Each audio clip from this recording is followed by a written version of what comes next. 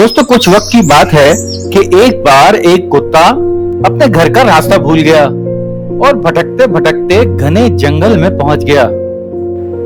घने जंगल में पहुंचकर कुत्ते ने इधर उधर देखा और अपने आप से बड़बड़ाने लगा।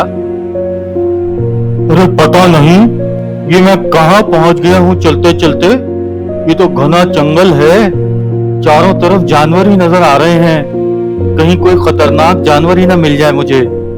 चलो घर तलाश करता रहता हूँ। कुत्ता घने जंगल में अपने घर की तलाश में ऊंचे नीचे रास्तों पर होता हुआ जंगल में चलता रहा कि अचानक उसे शेर के दहाड़ने की आवाज आई।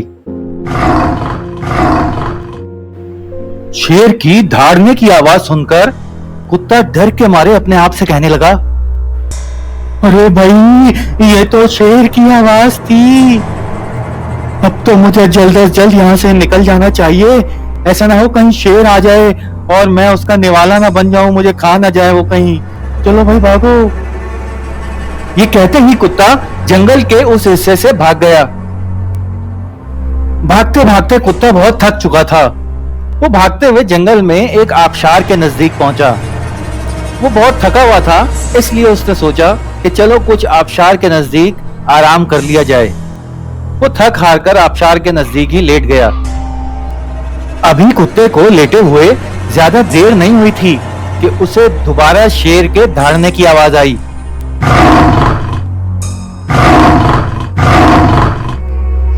अरे बाप रे बाप, लगता है ये जगह भी महफूज नहीं है। यहाँ भी कहीं से भी शेर आ सकता है। भागो भाई, यहाँ से भी भागो। चुनाचे कुत्ता वहां से भी दुम दबाकर भाग निकला। अब कुत्ता जंगल में चलते हुए एक ऐसे मुकाम पर पहुंचा जहां उसको जानवरों की कुछ हड्डियां नजर आईं। कुत्ते को भूख भी बहुत लगी हुई थी और उसके सामने जानवरों की हड्डियां थीं। उसने सोचा चलो इन हड्डियों से कुछ अपना पेट ही भर लिया जाए। अभी कुत्ता ये सोच ही रहा था कि उसे दोबारा से जंगल से शेर के दहाड़ने की आवाज सुनाई दी। कुत्ता जैसे ही शेर की आवाज सुन के पीछे पलट कर देखता है तो उसे दूर से शेर चलता हुआ नजर आता है। कुत्ते की तो कपकपी शुरू हो जाती है। कुत्ता सबसे पहले तो अपने खौफ पर काबू पाता है और हड्डियों की तरफ पलटता है और हड्डियों को देखकर ऐसे सूंघना शुरू कर देता है जैसे उसने शेर को देखा ही नहीं। कुत्ते के जहन में फौरन एक तरकीब आती है और उस तरकीब पर अमल करते हुए वो अपने आप से जोर जोर से बातें करते हुए इस तरह बुड़बुड़ाता है कि शेर तक आवाज पहुंच जाए। अरे वाह भाई वाह, वाह भाई, आज तो शेर का गोश्त खा के ना मजा ही आ गया। ये शेर का गोश्त तो मैंने सारा चट कर लिया है, अब इसकी हड्डियां ही बची हैं, लेकिन अभी मेरा पेट नहीं भरा। कहीं से एक शेर मुझे और मिल जाए ना तो हाय हाय हाय उसका भी गोश्त मैं खा लूं और हड्डियां तक चबा जाऊंगा, तब मेरा पेट भरेगा। शेर कुत्ते की ये बात सुनकर डर गया और वो ये सोचने लगा कि ये कैसा कुत्ता है जो शेर का गोश्त खाता है और यहाँ तक कि शेर की हड्डियां भी चबा जाता है। वो डर के मारे ये सोचने लगा कि अगर मैं इस कुत्ते के सामने आया तो ये तो मुझ पर भी झपट पड़ेगा और मेरा गोश्त और हड्डियां तक चबा जाएगा। ये सोचकर वो वहां से भागने लगा। कुत्ते ने जब शेर को यूं भागते हुए देखा तो वो दिल ही दिल में बहुत खुश हुआ और सोचने लगा कि उसकी तरकीब कामयाब हो गई है। मगर दोस्तों वहीं पर दूर एक बिल्ली भी बैठी थी। वो बहुत चालाक थी और समझ गई थी कि किस तरह कुत्ते ने शेर को बेवकूफ बनाया है और शेर डर के मारे वहां से भाग गया है। और वो दिल ही दिल में सोचने लगी, मेरे ख्याल से मुझे शेर को ये बताना चाहिए कि किस तरह कुत्ते ने उसको बेवकूफ बनाया है। जब मैं शेर को ये बताऊंगी ना तो शेर मुझे इनाम देगा और जो भी शिकार करेगा उसमें से बचा कुचा गोश्त मुझे भी दिया करेगा और मुझे कभी तंग भी नहीं करेगा। हाँ ये ठीक है, चलो शेर को बताती हूँ जाके कुत्ते की समझदारी। ये सोचकर बिल्ली शेर के पीछे भागती हुई गई। अभी शेर भागते हुए ज्यादा दूर नहीं गया था कि बिल्ली पीछे से आई और शेर को आवाजें देने लगी।